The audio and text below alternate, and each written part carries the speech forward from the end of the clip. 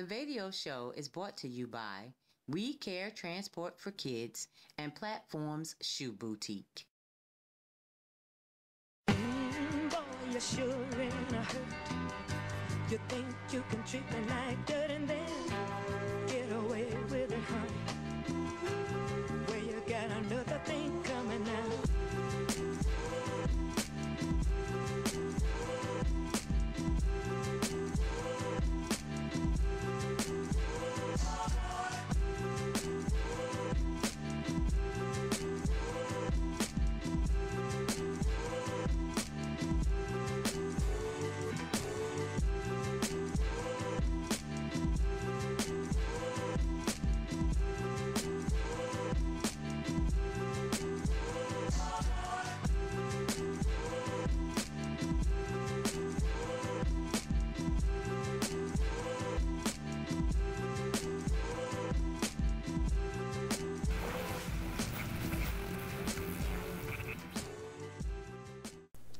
Ladies and gentlemen, I want to welcome you back to the People's Show, the VAdio show. And we got a discussion today, man, with everything that we got to deal with, jobs, kids, life. We got a lot on our plate. And a lot of times we may not know it, but some of us may be depressed. So this session is on depression. And we're going to talk about this. I got a couple of people here that's going to help us out, give us some insight on how it feels. I want y'all to let people know your name and, you know, who you are. I'm Gideon Martin. I'm from Oklahoma, Tulsa, and I suffer from depression. I'm Latoya Parker, also known as Miss Parker. I'm from right here from Virginia, and there's been plenty of times that I have suffered through some depressive moments in life. Well, this is where I'm going to start, because I'm sure it's going to be different perspectives from a female and a male perspective, but a lot of times you may go along because so much that you got to do, especially I know, you as well, y'all have a lot of stuff that you do. When did you know that you suffer from depression? Like, when did it hit you? For me, it was back in, I say about 2007, 2008. Okay. I was working in radio and just dealing with a lot of different stuff, a lot of different people, on a path to try to figure out what I wanted to do in life, who I was becoming. Also having a spotlight on me at the time for doing music and doing different things. A lot of people, basically looked up to me for a lot of stuff. A lot of people had a lot of reason to come to me for different things, and sometimes I didn't always have somebody to go to when I needed that type of support. So I realized when there were certain things that I didn't want to do anymore and no longer gave me excitement like it used to. I didn't have the ambition or the drive to do certain things. Is when I started noticing that something wasn't right. Got you. And we're going to go back on that, because a lot of people, they'll see us, those strong people, and they'll come to us and, we steady giving. But when it's time for us to need someone to go to, no one has an answer. So we're going to go back to that. But when did you know that you were depressed? It all started real slow. When I started working in school and I was doing good grades and my team was with me, they were motivating, they were positive, and my friend Yvonne, she always stayed on me about get the stuff done. Gotcha. Come on, I need you, where you at, don't stand me up. I said, all right. So we got a group of 3 people, me, my friend Nelson, and Yvonne. Sometimes Nelson's friend would come along and we were in math class. Now math for me, so it's I can get it because I like helping kids. So as long as they get it, I get it, and that was my therapy. So as the classes kept coming and as my friends departed from me, I found myself all by myself because they were looking up to me because I was the man when it came to math. They got a higher grade than the tutor. So how are you going to get a higher grade than the tutor and I'm the teacher? So long story short, just classes without them and them not being there because they were positive and they knew I was the motivator. So the motivator needed motivating, but if he ain't got nobody motivating him, how he gonna keep? So my fuel ran dry, so I was running on E. And you couldn't find out how to motivate yourself. Exactly, and it just kept building up, and then I got to the point where, wow, I'm really depressed, and I didn't know how to do it because it started to affect things that are around me, my family, people, stuff that I do on a regular basis, hobbies, and I was trying to figure it out. And so what, you just didn't want to do these things no more? You didn't feel like being around people? I had no more drive. Got you. Didn't want to do schoolwork anymore. Didn't want to go to school. I would go, but to just do the schoolwork was just impossible, it seemed. Right, right. I want to get on that subject of basically you being that strong, because ever since I've known you, you've been in a position of this strong woman. No one would think of you, when they think of you, they don't think of depressed. They think of drive, ambition, and moving. How does that bother you when you are looked at as that strong person? Everybody can come to you, but you know, sometimes it's too much to handle. You're trying to look for everybody, you're pouring in everything else, but nobody's pouring back, you end up empty. How does that work for you? Well, it became one point where I just had to figure it out, you know, because there's no other option. You can, you know, if you explain to somebody what you're going through, sometimes they misconstrue it as complaining, or you're having a pity party, or woe is me syndrome, and it's like, no, because I've never been this way. You've always come. Have I ever said woe is me when you come to me? No. I try to give you an answer, and or just encouragement. And so I had to find out how to encourage myself, actually. And my main thing was, you know, spiritual. My spiritual connection. I'm not a religious person. It's two different things of being religious and being spiritual. I think religious people, you know, there's so many rules. That's why a lot of people stay away from church. That'll make you depressed in itself, trying to keep up. So many rules with being religious. You can't do this, you can't do that. You're not going to be perfect. We're human, you know, and I say just because I'm saved, it does not mean that I am sinless. I just sin less. So it just basically, I grabbed onto my faith and my spirituality, and I just started looking inside of myself, and really it became a point of me stop trying to make everybody else happy. I had to make myself happy. I had to figure out what it was that I needed to do in order to gain my sanity back.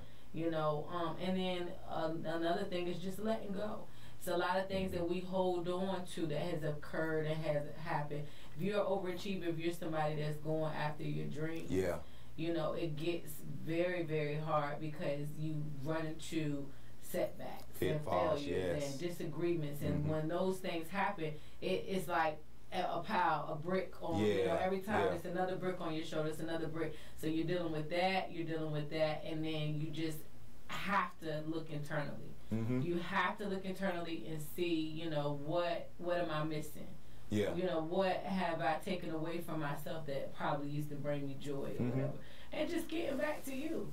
You know, it's and just you. Really, it's not things. A lot of people think things make you happy, but it's you and a purpose, finding a purpose for yourself. Absolutely. You know, I know in this world, especially if you are overachiever, you're going for a certain dream, you're going to be scrutinized for a lot of things.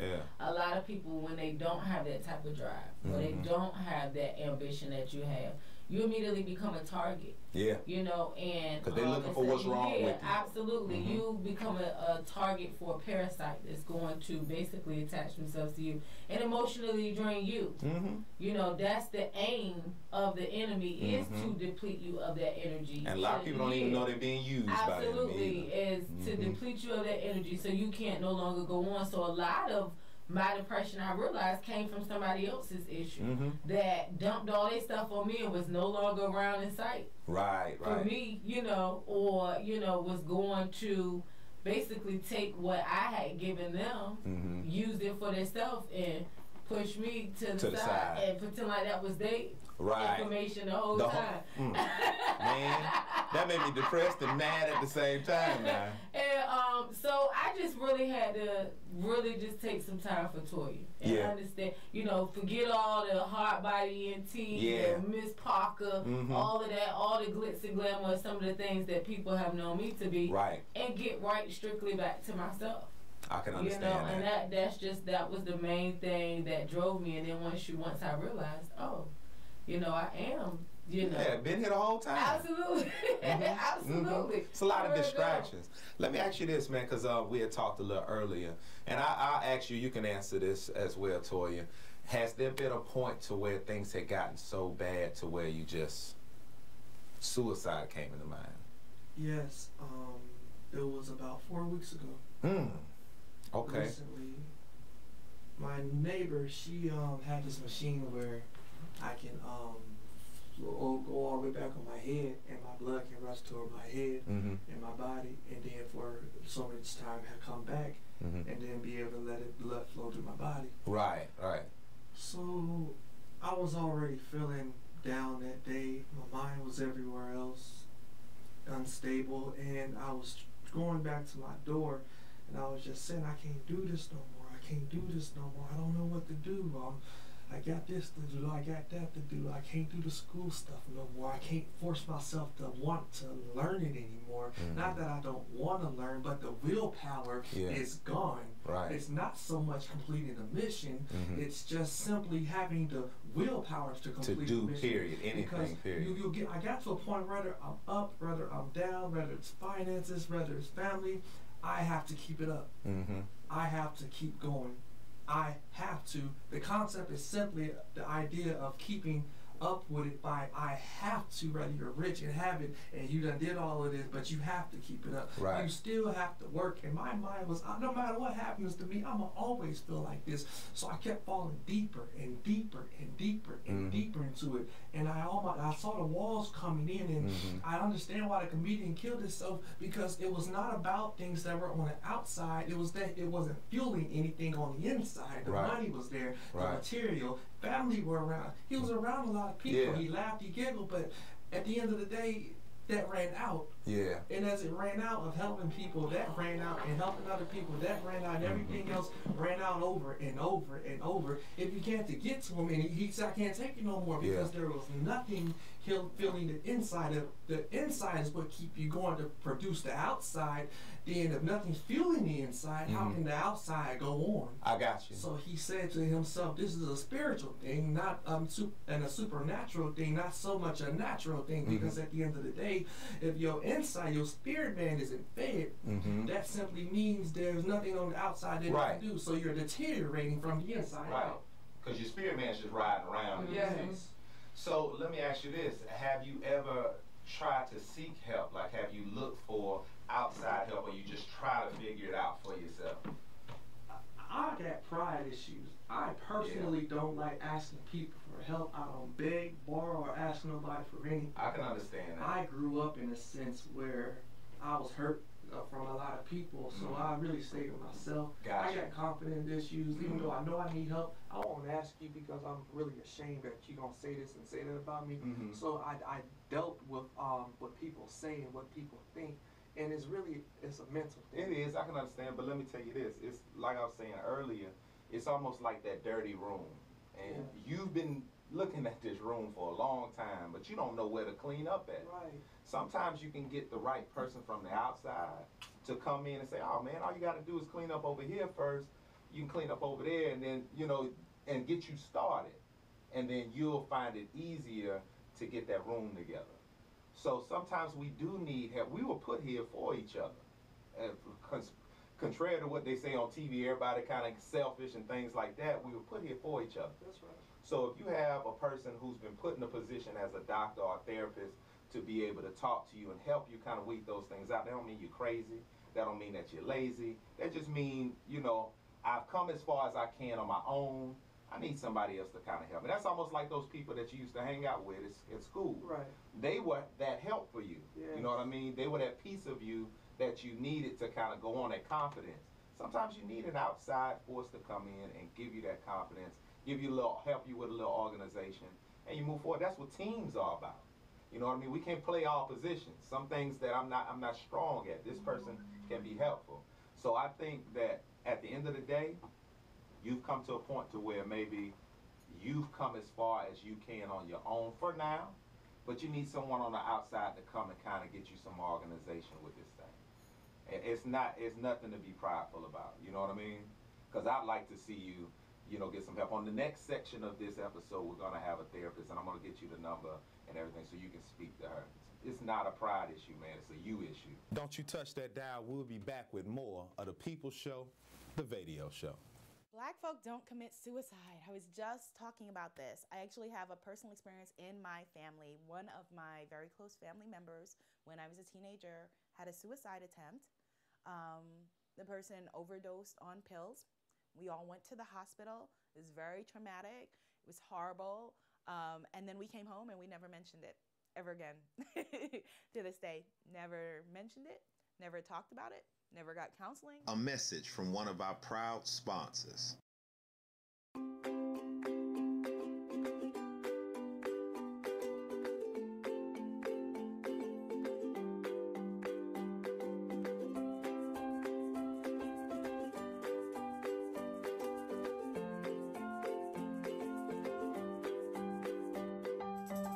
We Care Transport for Kids offers parents a safe, community-trusted, and reliable children's transportation service.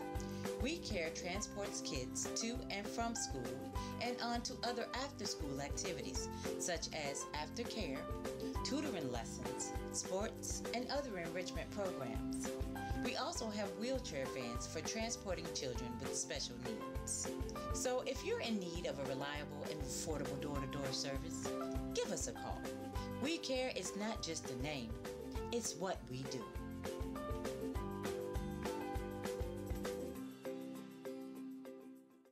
A message from one of our proud sponsors. A message from one of our proud sponsors. There is this pervasive myth of, strong Black people and strong Black women that sounds on the outside like it's something positive, but it's actually extremely damaging. Because what you do when you say, oh, well, all Black women are strong or all Black men are strong or whatever it is that you dehumanize, you take away the humanity of the person, and it can have, a whole population of people feeling like they don't have a right to their pain. And I think that it's time for us to drop that for ourselves, because it hurts. And, all of that anger that we see is hurt. The anger is pain, and it comes out in different ways. Miss Toya, I want to ask you, because it's a lot of women out there, and men that don't understand what y'all got to go through. Just the fact of being a woman can be stressful. Yes, because we rough now. We can be rough. And you're a woman in business.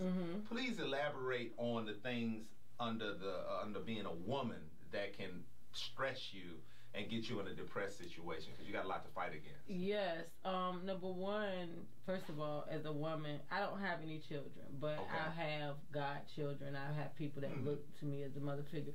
Number one, when you're a woman, we have to look good. That's number one. I'm talking about from head to toe. Because women looking at you. As soon as you walk in the door, trust me, you're going to get physically raped by men and women. From head to toe, you're going to see. She thinks she cute. She got on the shoes. So that we got to look good. Number two, we got to make sure that all our things are intact. Nothing is hanging out. When I say nothing is hanging out, meaning we got every I has to be dotted, every T has to be crossed. Because they detail. Because we are scrutinized from the top. So then we can be ambitious, but not too ambitious. So we don't want, our dreams and aspiration must not exceed those of a man. Sometimes we're not supposed. It's a certain, wall we're to climb, but we can't go too over across the wall. Right. So that's the thing. And then also, I have a hard time with being taken serious sometimes in business, sometimes in doing business with the man. He only has his mind on one thing, regardless of how good my presentation was, how good the numbers add up, the profit, the return on the investment. None of that makes a difference. You know what I mean? Really, he's just trying to see if I'm weak, that's gonna allow him to let him in my space. And it's not all of us, but I know that it's a good number, Yeah, it is. And it gets frustrating sometimes because, that plays a big part in my climbing my ladder to success. Right. Because sometimes you feel like it's a person that's holding you back. Not necessarily yourself. Some people, I've been in situations, people have known, this recently running the mayoral campaign and doing different stuff like that. When you're dealing with men that are in positions of power, sometimes it is a battle with the ego when it comes down to men and women. Yeah, that's true. You know, when you stand up for yourself in a situation like that, you're looked at as, oh, your ego is too much. Right, right. When you're told, when you're going to speak your opinion and what you believe in, something that you know is proven, is a proven fact. If sometimes as a woman, if we're going against a man and his opinion, you know, we're automatically shut down from that, you know, and don't find out it was the right opinion till everything is already said and done. And then you're still not getting credit for, you know, what you brought to the table. So it plays a big part in just sexism. Yeah. You know, racism is something that is very still much alive, but sexism is also. And y'all got to deal with both of them. Yeah, absolutely. You know, from every spectrum of it, you know, and so I want to make it aware sometimes that, you know, being extremely hard on women, you know, to be all around in every angle. You got to be sexy. You got to be, but you got to be conservative. But you got to be, you know. It's a lot to think about. You know what I'm saying? It's a lot. It's a lot. And then if you throw kids in the mix, absolutely, you know what I mean? You know, it's a lot of things that you can't do. You know, I don't knock anybody for what they do. I just always want everybody to be respectful in doing it and respecting the next person. It's all about respect. Yeah. You know, it's all about respect, because if you're not respecting each other's boundaries and different things, it poses a problem. And then if I speak up on how you disrespected me, then I become hard to work with. Right, or angry black woman. Yeah, absolutely. You know, so it's a lot of things that, for me, and that goes back on to what you were saying, is about a pride issue. One thing I try to explain to people about depression, or just needing to stop oppressing everything that you're going through, because the more you keep oppressing it and putting it down, you're doing nothing but putting layers and layers and layers on top of yourself. One thing I say, if you're a basketball player, if you're in sports, so you fall, you break your ACL, you break your ankle, what are they going to tell you to do? You need to go see a therapist to get that muscle back. Not keep playing, but you got to get that muscle back in shape. Where your brain and your heart both are muscles. They're both organs. That's why it's on an organ. They ask you, are you an organ donor? Because it's something you can give to somebody. You have to massage that muscle. That's what a shrink is. It actually shrinks your brain, because if you think about it, we got so much stuff going on in our head. Work, you know, family, the job, you know, whatever. That's all of this stuff built up in your head. It needs to be shrunk. You need to streamline them thoughts. It need to be shrunk down, and that's all that it really is. When it comes to just not knowing, you know, sometimes a lot of people don't know how to compartmentalize.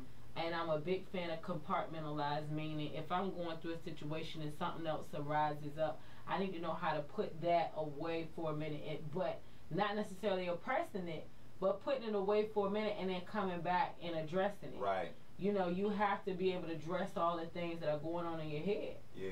You know, keep sweeping it under the rug before you know it. Because then you let room for the enemy to come in and penetrate all that stuff that's going on in your head and say, oh, this is, you know, you got to watch this, or you got to watch how they think about you. You know, it's just a lot of things, and people play a big part. So, you know, I feel like if we stop being so hard on ourselves, then we're not going to be as hard on everybody else. Right. You know, and the only way I feel like you can just gain some type of balance, you know, in who you are, is basically seeking help, taking the time, doing the work. Ayanna Van Zandt, she always is a big fan of doing your work. You have to do your work. You have to, when you go get your car fixed, you know, he does the diagnosis, he tell you what's the problem, and then he does the work to fix it. It's the same thing. You know, you just got to figure out what's going on in your spirit.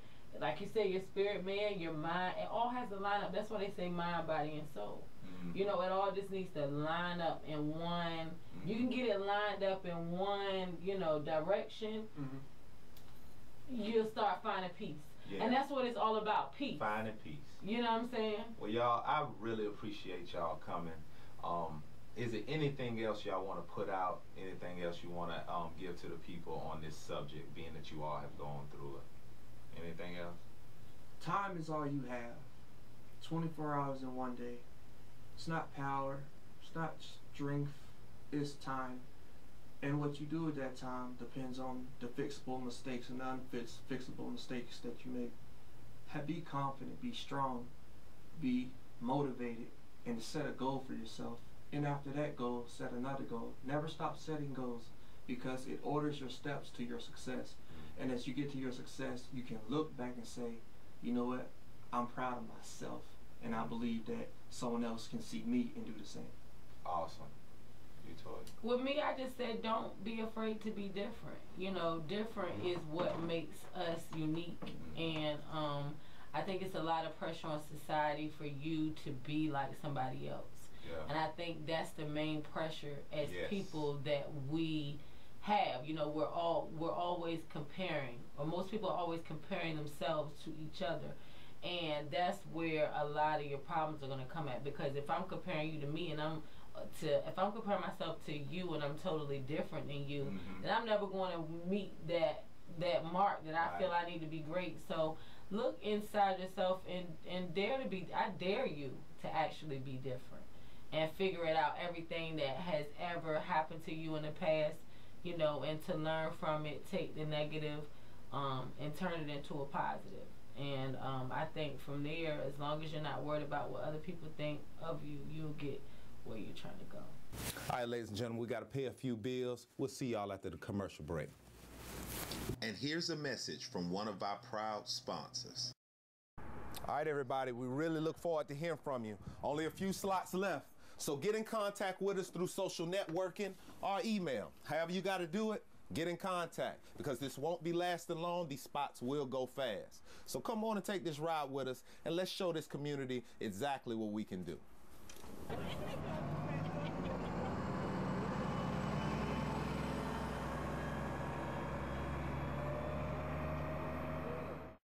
It's maybe not something as simple as sitting in a room and putting a gun to their head, but you know, when you drink yourself to death knowing exactly that's what you're doing, when you are continually doing something that you know is going to kill you, and you, out of depression, out of I can't take it anymore, just keep doing it until that decision is taken away from you, to me, is suicide. A message from one of our proud sponsors. I need it, I want it, I gotta have it. Platform, high-class shoes at a low cost. Your shoe experience awaits. Platform Shoe Boutique and the Gentleman's Closet is your place for quality, high fashion, and trendy shoes. Located at 9622 Warwick Boulevard in the Hilton Shopping Center in Newport News. Check us out at platformsboutique.net.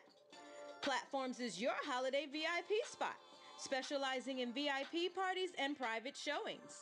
We closed the boutique down just for you. Like us on Facebook and Instagram. Follow us on Twitter.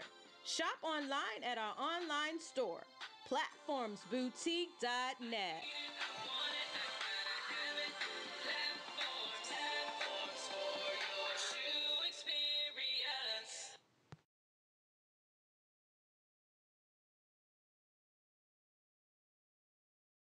Wardrobe provided by Upscale Men's Fashion. One way to read it, and I'm not sure if it's true, but one way is that Black women are literally so committed to being the mule of the world. Like there's such a requirement for us to stay and be present for everybody else. And it feels to me like part of the kind of overtly self-sacrificial ways in which Black women behave. All right, ladies and gentlemen, we are back with the People's Show, the VAdio Show. And we're talking about depression and suicide today. And I know in the last segment we had talked about basically the symptoms of, we talked to a couple people that were going through it or have went through it. But I want to get to another side of this subject, all right? And I got Miss Darla Grease here to help kind of guide me through someone on the opposite side of depression. And if you could just let us know, you know, what happened with your situation. Well, with my situation, I had a twin sister, Kelly, and unfortunately she passed away just within the last few years. In 2010, she took her own life. And for years she had struggled with depression, prescription drug addiction, and she went through a lot, and she couldn't deal any longer, and she made the decision to take her own life. Well, let me ask you this. Was there ever a time that you noticed something was wrong? Like, did you see something from your side? Yes. I don't know if you're familiar with the lawsuit and with the medications Kelly was on. No. Okay. Kelly suffered from prescription drug abuse for a long, long time. Okay. And over time, the chemicals worsened her depression. Got you. And heightened the symptoms that she had already had on a small scale. So it was tough to watch. And watching Kelly and going through it with her really educated me. And I think that's important because I was one of those folks who years ago stayed away from that subject and didn't want to talk about depression or mental illness. It's uncomfortable. Right, yeah, it is. But now I feel the opposite. We need to talk about it. Yeah. Because it's a real thing, and It's people, very real. yeah, and people are taking their lives, and it seems to be more frequent. It has become more frequent, and not just in adults, but in children as well. Sure. You know, the bullying and cyberbullying and things like that. And being that it's being publicized so much as well, it's and it's crazy, but it becomes an option. Sure. You know, when things get too tough. But you know, I just would like the people to know that giving up is never, you know, the best option to take. You know, because we have the opportunity, as long as we're breathing, to be able to make changes, to be able to find new things in life and to do better. But if you give up, you may stop short of your blessing. You know. So I mean, how did you deal with? Did you ever think it would have gone that far as to suicide? Truthfully, yes. I had hoped that it didn't, but I understood why it did. I got you. Kelly suffered tremendously. She was in a lot of pain, and that's why people ask me all the time, well, you must be angry. You must be furious. And I'm not. Because I saw firsthand her struggles on such a personal level, and I stood next to her while she suffered, and I understood why she couldn't do that any longer. I wish she didn't make that decision, and I wished hindsight I would have maybe tried harder to find maybe a better facility where I can get Kelly into. Did she ever get into one? She had, over the years, she went in and out of hospitals. But unfortunately, which is another huge issue, is these facilities, or these places, long-term facilities, aren't affordable. They're just not affordable. And unless you have thousands and thousands, and I'm talking at least probably 10 or more, just for a 30-day stay, people don't have that option. That's what's so tragic. And it makes me really, really sad. Because some people think it's as simple as, hey, well, just go get some help. Go talk to some people. It's not. It's not. It's just not that simple, and it's not that easy. And, you know, you can get into these facilities for maybe 3 or 4 days, enough to stabilize them. But to really get to the core root of the issues, you got 3 or 4 money. Then you need to spend some time, and 3 or 4 days. We do. We do. Because I mean, we find that not only in this aspect, but just when it comes to the medical side of things in general, the things that we need major help for, you know, you don't really have the funds to be able to get the proper help. So, you know, the person just kind of drifts further and further into, you know, the bad side of things. So I'm gonna have to look on that on the off end and see if we can find some solutions for that, because I wasn't unaware of how expensive it was. Oh, sure. To get help, because that's the first thing everybody says. Hey, just go get some help. Not that simple. It's not that simple. It's not that simple. And even if you have great insurance, these long-term facilities, most of them are self-pay. So that really doesn't help you, in a sense. So you can't use your insurance? Very few facilities, and that's only a small portion that they'll pay. There was a day where Kelly and I sat in my living room for hours, and I just flipped through the phone book for local facilities, and then I went online just trying to find places anywhere in the U.S. And I made phone call after phone call after phone call, and we just couldn't afford to send her to a facility that was a 30-day plus facility. We just couldn't do it, and it's tragic. Yeah, it's It very really is tragic, and it makes me sad. Yeah, we definitely have to do our research and try to find something or talk to somebody that can make some changes. Especially, you know, locally, I'm sorry. No. We have so many veterans here. True. We have so many veterans and things like that, yes. Sure, and how do we as a community step up? That's I mean, these are individuals that went to Iraq, Afghanistan 3 or 4 times. Right. They're coming back. They have problems. And that's my thing. And, you know, I can be a bit of a Huey Newton on a lot of things, but from the government standpoint, these are the people that went out there, fought, lost limbs, went through some major traumatic situations. They should be the first to be taken care of, but they're still looking for help. So who are you trying to help us? Or are you just saying we're on our own? You know what I mean? Or is the money just in the medicine? If we can come up with the money, you know, I don't. It doesn't seem like anyone's trying to actually help. Right. You know, so we're gonna work on that on the offside of things. You know, I'm one man, but I'm gonna see what I can do, because that is very tragic. And then with the PSD, this being an area so full of military people, there has to be an answer. I agree. And a solution. But the next thing I'm gonna ask you, and then I'll get out your hair. I know you wrote a book. You know, I'm going to ask the twofold question. If there's anything that you could say to someone on your end of depression and suicide, what would you say to them? And also, if you could just read us an excerpt from your book, tell people where to find it and where to get in touch with you. Sure. I'll read the excerpt first. How's that? Sounds good. All right.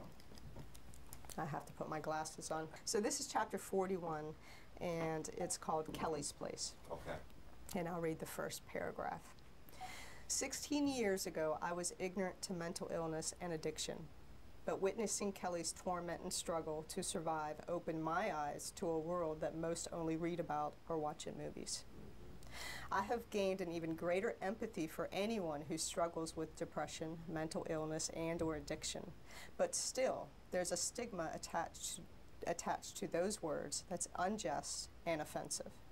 My twin sister was just one of many patients that some might mock. As compassionate human beings, we must remember just as cancer and diabetes are both diseases, so are mental illnesses and addiction. And, you know, and it's 15 years ago, I was one of those individuals, you know, and I'm not now. And, you know, and I suffer from a level of depression. Was it due to that situation? No, I think my depression was on a much lesser scale. But since losing Kelly, it's been a struggle. I can understand. Every day's a struggle. Some days are better than others. But having the book and telling Kelly's story. I'm sure that was a good way to get some of the pressure off you. Sure. And I think, you know, I get personal messages all the time, and the book has received amazing reviews. And so that helps me come to terms a little bit. And the fact you're helping other people that could be in that situation, you know, I think that that's very helpful for someone, and that should be, you know, give you a good level of gratitude to know that you're making a difference. You didn't just let the situation happen to you. And, you know, hey, it just happened to me, you moved on. You actually reach back for other people to help others in this situation. And I think that's very commendable. Oh, well, thank you. In itself. And, you know, I wish more people would do that, you know. I think so, too. We can be a blessing through our pain and our issues. You can kind of help other people dodge those potholes, you know. But what would you say to anyone in your situation? In my situation, allow yourself to feel what emotions you need to feel. In my situation, I stayed very, very busy after Kelly's death. I went in to a lawsuit, which took up a good chunk of time, a couple of years, settled the lawsuit, and then I went on to write the book. I'm very good at doing anything but feeling. I got you. Keep yourself busy. Just keep myself as busy as I can, but my advice is don't do that. Allow yourself to feel what you need to feel, work through it, know that it's normal, and accept it. It's part of the process. And in my situation, I've surrendered to the fact that I'll never be the same. Yeah. Kelly's death changed me. Mm-hmm. And that's the situation I'm dealt with. She's not here any longer, but I'm here as her voice. And whatever I can offer, even if it's just a small smidge, that's what I'm here to do. Definitely. And we appreciate you coming on and Well, sharing thank you. that with you. And letting everybody know where to find your book, you know. Sure. The book is entitled Sister Surrendered. It's available at Amazon.com. Okay. It's available in both the print copy and the ebook. Okay. And I am very accessible via Facebook. Okay. If anybody out there is suffering and you need to reach out to someone, reach out to me. And what's your Facebook information? Darla Grease. I'm the only one out there. Okay. Just find me. Or I have a website for my acting. It's darlagrease.com. You can send me a personal message through there as well. Awesome. I thank you so much. Thank you. And I thank you all for viewing. And this is the VAdio show, talking about depression and suicide. And I hope y'all got something from this, all right? Check us out online, and we'll see you next episode.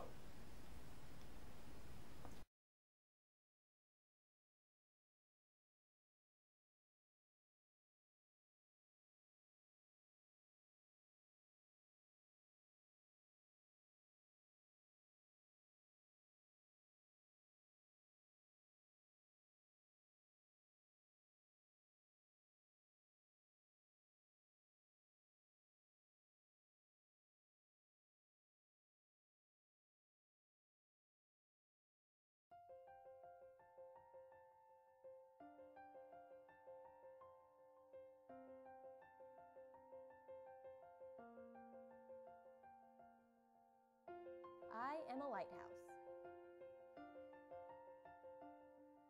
a beacon of hope, change, a friend, taking action for brighter tomorrows. I am a guiding light, reaching out to those in need. Those in a battle against depression.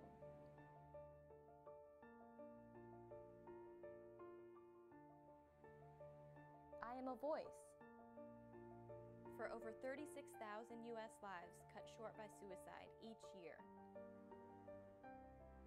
That's one life every 14 minutes that could have been saved. Depression is treatable. Suicide is not. I am the solution. Through education and prevention, I can save lives, friends, people like you and me from suffering. I am a lighthouse.